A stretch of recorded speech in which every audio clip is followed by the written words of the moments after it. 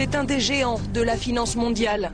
Goldman Sachs, la banque d'affaires la plus puissante de Wall Street, plus de 13 milliards de dollars de bénéfices en 2009. Sorte de super prédateur qui, après avoir dévoré certains de ses concurrents, s'attaque aux États. Première victime, la Grèce. Tout commence en 2001. La Grèce rentre de justesse dans la zone euro.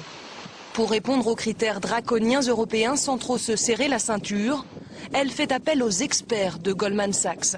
Diminuer sa dette tout en continuant à dépenser, c'est possible. Goldman Sachs prend 10 milliards de dettes émises en dollars et en yens et les transforme en 9 milliards de dettes apparentes et 1 milliard de cash, le tout en euros. L'astuce, utiliser un taux de change sur mesure. Mais ça ne suffit pas. Goldman Sachs crée alors un produit financier et permet au pays de toucher de l'argent tout de suite en vendant ses recettes de demain, taxes aéroports ou loterie. Pour ses bons conseils, la banque empoche 300 millions de dollars de commissions. La dette grecque est camouflée, le pays peut continuer à dépenser.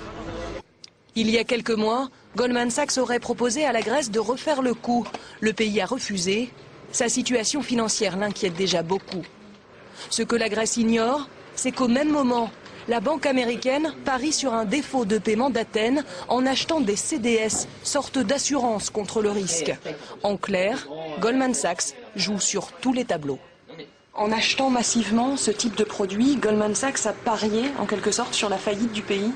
En tout cas, Goldman Sachs, en achetant des CDS, en se couvrant contre un risque qui était à l'époque considéré comme plus faible, a anticipé le fait que le marché allait se faire peur finalement dans le futur sur la dette grecque.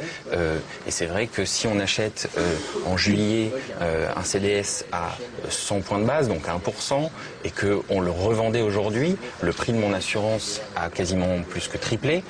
Et donc j'ai triplé mon investissement de couverture et donc j'ai fait une assez forte plus-value. Goldman Sachs, ou l'art de gagner à tous les coups. Comme banque conseil, elle pousse au crime. Comme banque de marché, elle en profite. Ce genre de banque gagne beaucoup d'argent quand les marchés sont instables. Plus les marchés évoluent à la hausse ou à la baisse de manière violente, plus ils peuvent prendre des paris extrêmement forts, et notamment en s'endettant, donc en n'étant pas obligés de dépenser leur propre argent. Non seulement ils jouent avec leur propre argent, mais en plus avec l'argent des autres. Et plus le marché est instable, plus les paris rapportent cher. La crise est toujours une opportunité incroyable pour les fonds spéculatifs, pour les grandes banques d'affaires. C'est dans ces moments-là qu'elles gagnent le plus d'argent. D'autant que depuis la crise financière, les banques ont un sentiment d'impunité.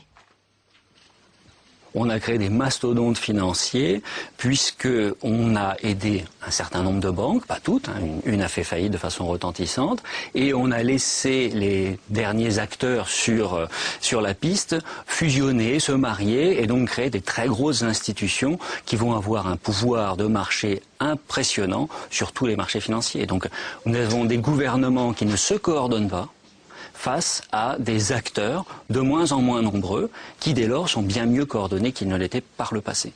Et donc les banques comme Goldman Sachs, comme la Deutsche Bank, comme les banques espagnoles sont des acteurs désormais incontournables qui de toute évidence savent pertinemment qu'ils seront aidés si jamais ils commettent un impair parce qu'ils sont bien trop grands pour faire faillite. Quelque part, ils mordent la main qui les a nourris pendant la crise. Ils ont définitivement mordu la main bien gentille qui les avait aidés il y a 1 an et demi, à 2 ans.